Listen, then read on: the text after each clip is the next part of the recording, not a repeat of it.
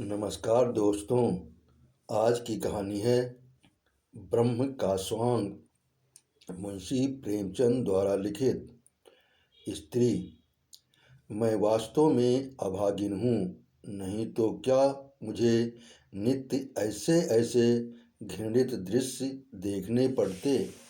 शोक की बात यह है कि वे मुझे केवल देखने ही नहीं पड़ते, वरन दुर्भाग्य ने उन्हें मेरे जीवन का मुख्य भाग बना दिया है। मैं उस सुपात्र ब्राह्मण की कन्या हूँ जिसकी व्यवस्था बड़े बड़े गहन धार्मिक विषयों पर सर्वमान्य समझी जाती हैं। मुझे याद नहीं घर पर कभी बिना स्नान और देव उपासना किए पानी की एक बूंद भी मुंह में डाली हो। मुझे एक बार कठिन ज्वर में स्नानादि के बिना दवा पीनी पड़ी थी। उसका मुझे महीनों खेद रहा। हमारे घर में धोबी कदम नहीं रखने पाता। चमारिन दालान में भी नहीं बैठ सकती थी, किंतु यहाँ आकर मैं मानो भ्रष्ट लोक में पहुँच गई हूँ। मेरे स्वामी बड़े दयालु, बड़े चरित्रवान और बड़े सुयोग्य पुरुष हैं। उनके ये सद्गुण देखकर मेरे पिताजी उन पर मुग्ध हो गए थे, लेकिन वे क्या जानते थे कि यहाँ लोग अघोर पंथ के अनुयायी हैं। संध्या और उपासना तो दूर रही, कोई नियमित रूप से स्नान भी नहीं करता। बैठक में नित्य मुसलमान, क्रिस्तान सब आया जाया करते हैं और स्वामी जी वहीं बैठे बैठे पानी, दूध, चाय पी लेते हैं। इतना ही नहीं, वे वहीं बैठे बैठे मिठाइयाँ भी खा लेते हैं। अभी कल की बात है, मैंने उन्हें लेमोनेड पीते देखा था। साइस जो चमार है बेरोक टोक घर में चला आता है। सुनती हूँ वे अपने मुसलमान मित्रों के घर दावतें खाने भी जाते हैं। ये भ्रष्टाचार मुझसे नहीं देखा जाता। मेरा चित्त घृणा से व्याप्त हो जाता है। जब वे मुस्कुराते हुए मेरे समीप आ जाते हैं और हाथ पकड़कर अपने समीप बैठा लेते हैं, तो मेरा जी चाहता है कि धरती फट जाए और मैं उसमें समा जाऊं। हाँ हिंदू जाति, तूने हम स्त्रियों को पुरुषों की दासी बनना ही क्या हमारे जीवन का परम कर्तव्य बना दिया। हमारे विचारों का, हमारे सिद्धांतों का, यहाँ तक कि हमारे धर्म का भी कुछ मूल्य नहीं रहा। अब मुझे धैर्य नहीं। आज मैं इस अवस्था का अंत कर देना चाहती हूँ। मैं इस आसुरिक भ्रष्ट जाल से निकल जाऊंगी। मैंने अपने पिता की शरण में जाने का निश्चय कर लिया है। आज यहाँ सहभोजन हो रहा है। मेरे पति उसमें सम्मिलित ही नहीं, वरन उसके मुख्य प्रेषकों में हैं। इन्हीं के उद्योग और प्रेरणा में ये विधर्मीय अत्याचार हो रहा है। समस्त जातियों के लोग एक साथ बैठकर भोजन कर रहे हैं। सुनती हूँ मुसलमान भी एक ही पंक्ति में बैठे हुए हैं। आकाश क्यों नहीं गिर पड़ता। क्या भगवान धर्म की रक्षा करने के लिए अवतार न लेंगे। ब्राह्मण जाति अपने निजी बंधुओं के सिवाय अन्य ब्राह्मणों का भी पकाया भोजन नहीं करती। वही महान जाति इस अधोगति को पहुंच गई कि कायस्थों, बनियों, मुसलमानों के साथ बैठकर खाने में लेश मात्र भी संकोच नहीं करती, बल्कि इसे जातीय गौरव, जातीय एकता का हेतु समझती है। पुरुष, वो कौन शुभ घड़ी होगी कि इस देश की स्त्रियों में ज्ञान का उदय होगा और वे राष्ट्रीय संगठन में पुरुषों की सहायता करेंगी। हम कब तक ब्राह्मणों के गोरख धंधे में फंसे रहेंगे। हमारे विवाह प्रवेश कब तक जानेंगे कि स्त्री और पुरुषों के विचारों की अनुकूलता और समानता गोत्र और वर्ण से नहीं से कहीं अधिक महत्व रखती है। यदि ऐसा ज्ञात होता तो मैं वृंदा का पति न होता और न वृंदा मेरी पत्नी। हम दोनों के विचारों में जमीन और आसमान का अंतर है। यद्यपि वह प्रत्यक्ष नहीं कहती, किंतु मुझे विश्वास है कि वह मेरे विचारों को घृणा की दृष्टि से देखती है। मुझे ऐसा ज्ञात होता है कि वह मुझे स्पर्श भी नहीं करना चाहती। यह उसका दोष नहीं, ये हमारे माता पिता का दोष है, जिन्होंने हम दोनों पर ऐसा घोर अत्याचार किया। कल वृंदा खुल पड़ी। मेरे कई मित्रों ने सहभोज का प्रस्ताव किया था। मैंने उसका सहर्ष समर्थन किया। कई दिन के वाद विवाद के पश्चात अंत को कल कुछ गिने गिनाए सज्जनों ने सहभोज का सामान कर ही डाला। मेरे अतिरिक्त केवल 4 और सज्जन ब्राह्मण थे, शेष अन्य जातियों के लोग थे।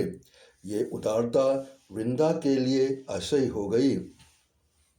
जब मैं भोजन करके लौटा तो वह ऐसी विकल थी मानो उसके मर्मस्थल पर आघात हुआ हो। मेरी ओर विषादपूर्ण नेत्रों से देखकर बोली, अब तो स्वर्ग का द्वार अवश्य खुल गया होगा। ये कठोर शब्द मेरे हृदय पर तीर के समान लगे। ऐंठ कर बोला, स्वर्ग और नरक की चिंता में वे रहते हैं जो अपाहिज हैं, कर्तव्यहीन हैं, निर्जीव हैं। हमारा स्वर्ग और नरक सब इसी पृथ्वी पर है। हम इस कर्मक्षेत्र में कुछ कर जानना चाहते हैं। वृंदा, धन्य है आपके पुरुषार्थ को, आपके सामर्थ्य को। आज संसार में सुख और शांति का साम्राज्य हो जाएगा। आपने संसार का उद्धार कर दिया, इससे बढ़कर उसका कल्याण क्या हो सकता है। मैंने झुंझलाकर कहा, अब तुम्हें इन विषयों के समझने की ईश्वर ने बुद्धि ही नहीं दी तो क्या समझाऊं। इस पारस्परिक भेदभाव से हमारे राष्ट्र की जो हानि हो रही है उसे मोटी से मोटी बुद्धि का मनुष्य भी समझ सकता है। इस भेद को मिटाने के से देश का कितना कल्याण होता है, इसमें किसी को संदेह नहीं।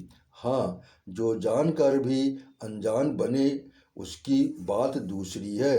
वृंदा, बिना एक साथ भोजन किए परस्पर प्रेम उत्पन्न नहीं हो सकता। मैंने इस विवाद में पड़ना अनुपयुक्त समझा। किसी ऐसी नीति की शरण लेनी आवश्यक जान पड़ी जिसमें विवाद का स्थान ही न हो। वृंदा की धर्म पर बड़ी श्रद्धा है। मैंने उसी के शास्त्रों से उसे पराजित करना निश्चय किया। बड़े गंभीर भाव से बोला, यदि असंभव नहीं तो कठिन अवश्य है, किंतु सोचो तो यह कितना घोर अन्याय है कि हम सब एक ही पिता की संतान होते हुए एक दूसरे से घृणा करें, ऊंच नीच की व्यवस्था में मग्न रहें। ये सारा जगत उसी परम पिता का विराट रूप है। प्रत्येक जीव में उसी परमात्मा की ज्योति आलोकित हो रही है।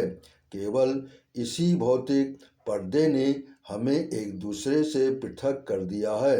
यथार्थ में हम सब एक हैं। जिस प्रकार सूर्य का प्रकाश अलग अलग घरों में जाकर भिन्न नहीं हो जाता, उसी प्रकार ईश्वर की महान आत्मा पृथक पृथक जीवों में प्रविष्ट होकर पृथक नहीं होती। मेरी इस ज्ञान वर्षा ने वृंदा के शुष्क हृदय को तृप्त कर दिया। वो तन्मय होकर मेरी बात सुनती रही। जब मैं चुप हुआ तो उसने मुझे भक्ति भाव से देखा और रोने लगी। स्त्री, स्वामी के ज्ञानोपदेश ने मुझे सजग कर दिया। मैं अंधेरे कुएं में पड़ी थी। इस उपदेश ने मुझे उठाकर पर्वत के ज्योतिर्मय शिखर पर बैठा दिया। मैंने अपनी कुलीनता से, झूठे अभिमान से, अपने वर्ण की पवित्रता के गर्व में कितनी आत्माओं का निरादर किया। परमपिता तुम मुझे क्षमा करो। मैंने अपने पूज्यपाद पति से इस अज्ञान के कारण जो अश्रद्धा प्रकट की है, जो कठोर शब्द कहे हैं, उन्हें क्षमा करना।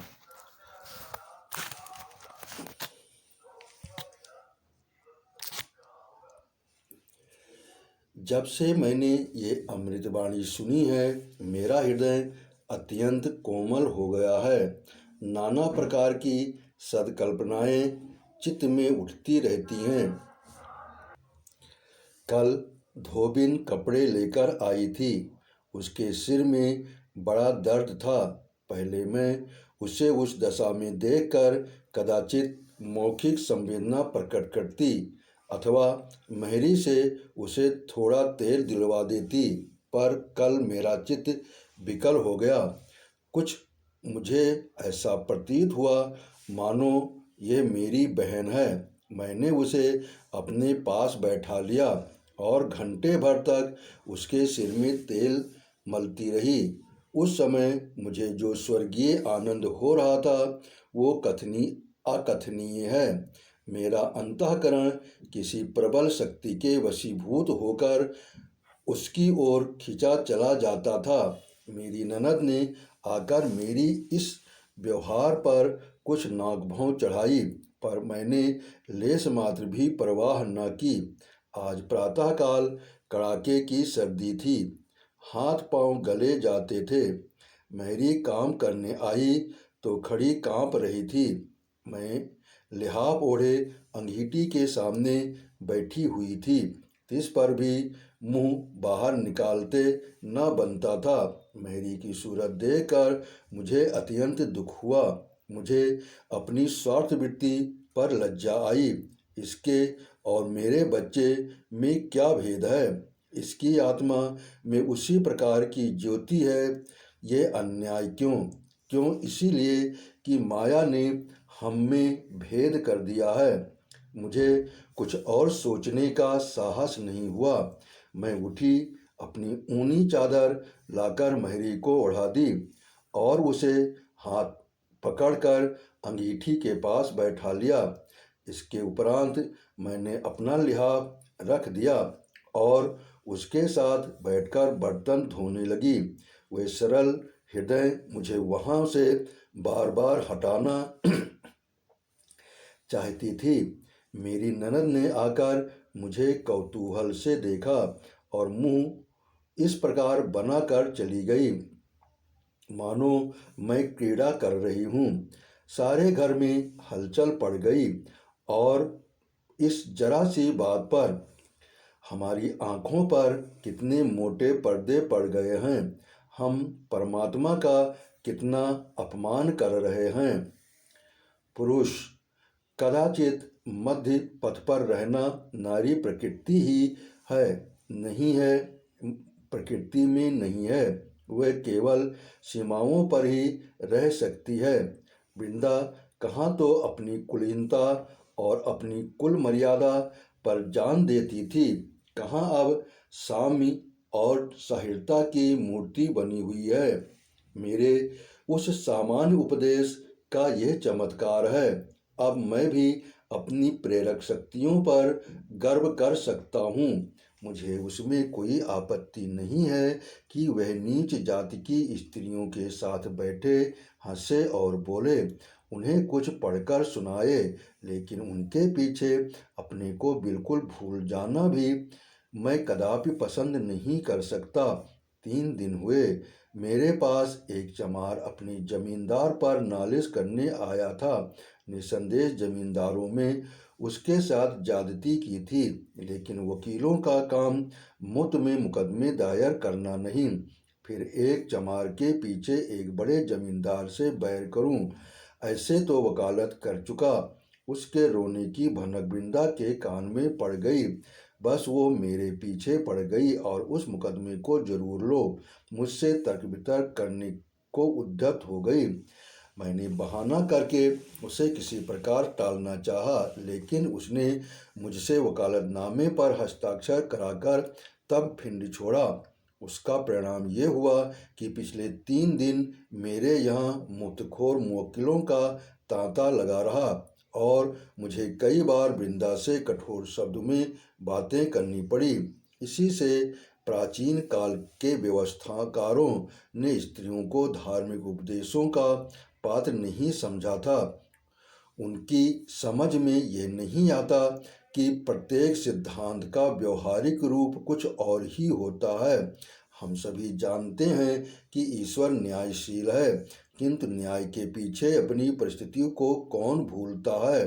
आत्मा की व्यापकता को यदि व्यवहार में लाया जाए तो आज संसार में साम्य का राज्य हो जाए, किंतु उसी भांति साम्य जैसे दर्शन का एक सिद्धांत ही रहेगा, वैसे ही राजनीति भी एक अलग वस्तु है और रहेगी। हम इन दोनों सिद्धांतों की मुक्त कंठ से प्रशंसा करेंगे, उन पर तर्क करेंगे, अपने पक्ष को सिद्ध करने में उनसे सहायता लेंगे, किंतु उनका उपयोग करना असंभव है। मुझे नहीं मालूम था कि वृंदा इतनी मोटी सी बात भी न समझेगी। वृंदा की बुद्धि दिनों दिन उल्टी होती जाती है।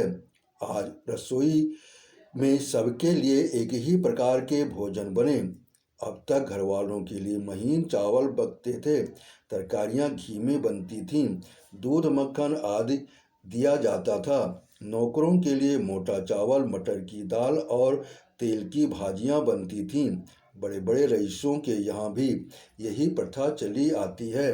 हमारे नौकर ने कभी इस विषय में शिकायत नहीं की, किंतु आज देखता हूँ वृंदा ने सबके लिए एक ही भोजन बनाया है। मैं कुछ बोल न सका, भौचक्का सा हो गया। वृंदा सोचती होगी कि भोजन में भेद करना नौकरों पर अन्याय है। कैसा बच्चों का सा विचार है, ना समझ। ये भेद सदा रहा है और रहेगा। मैं राष्ट्रीय ऐक्य का अनुरागी हूँ। समस्त शिक्षित समुदाय राष्ट्रीयता पर जान देता है, किंतु कोई स्वप्न में भी कल्पना नहीं करता कि हम मजदूरों या सेवानिवृत्तिधारियों को समता का स्थान देंगे।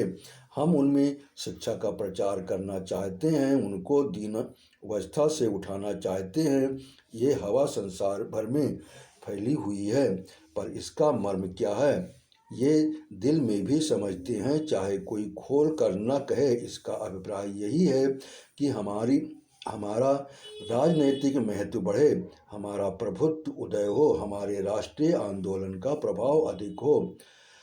हमें ये कहने का अधिकार हो जाए कि हमारी ध्वनि केवल मुट्ठी भर शिक्षित वर्ग ही नहीं, वरन समस्त जात की संयुक्त ध्वनि है। पर वृंदा को ये रहस्य कौन समझावे।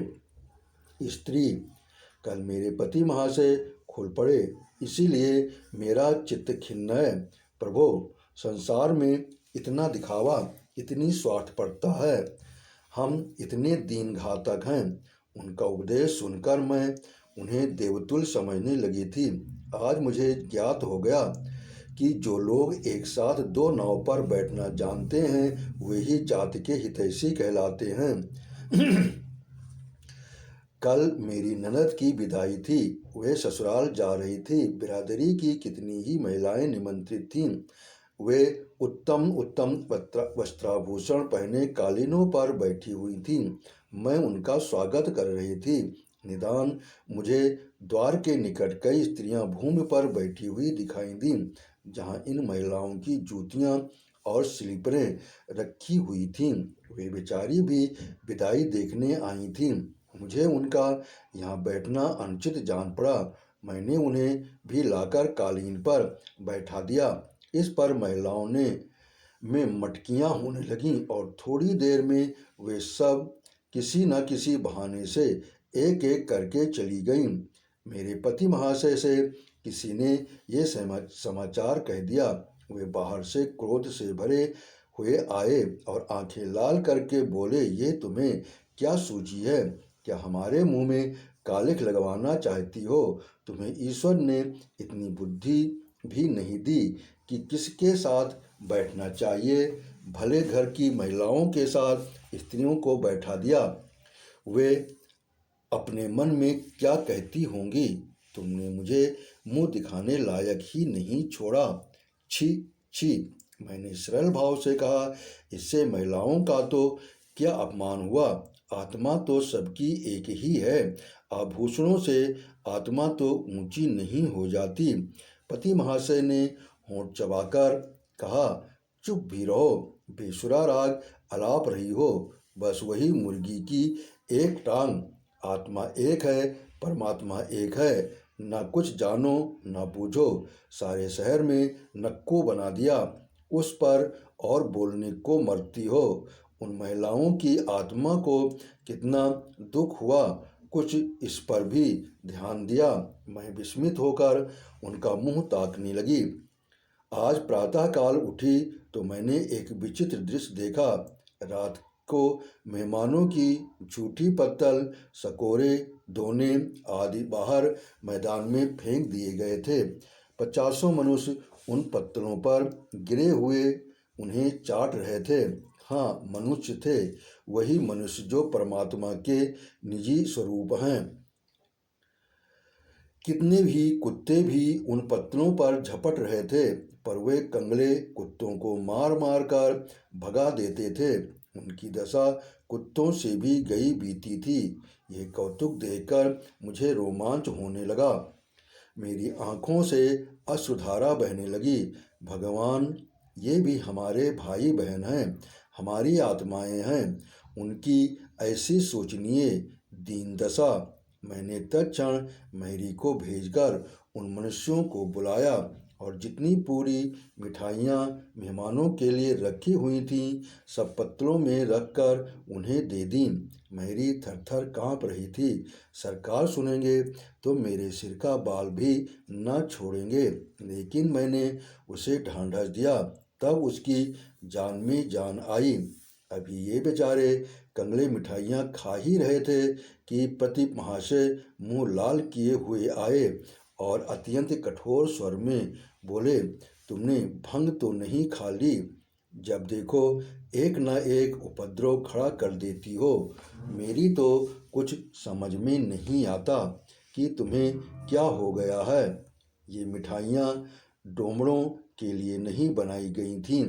इनमें घी, शक्कर, मैदा लगा था, जो आजकल मोतियों के मोल बिक रहा है। हलवाइयों को दूध के धोए रुपए मजदूरी के दिए गए थे। तुमने उठाकर सब डोमड़ों को खिला दी। अब मेहमानों को क्या खिलाया जाएगा? तुमने मेरी इज्जत बिगाड़ने का प्रण कर लिया है क्या?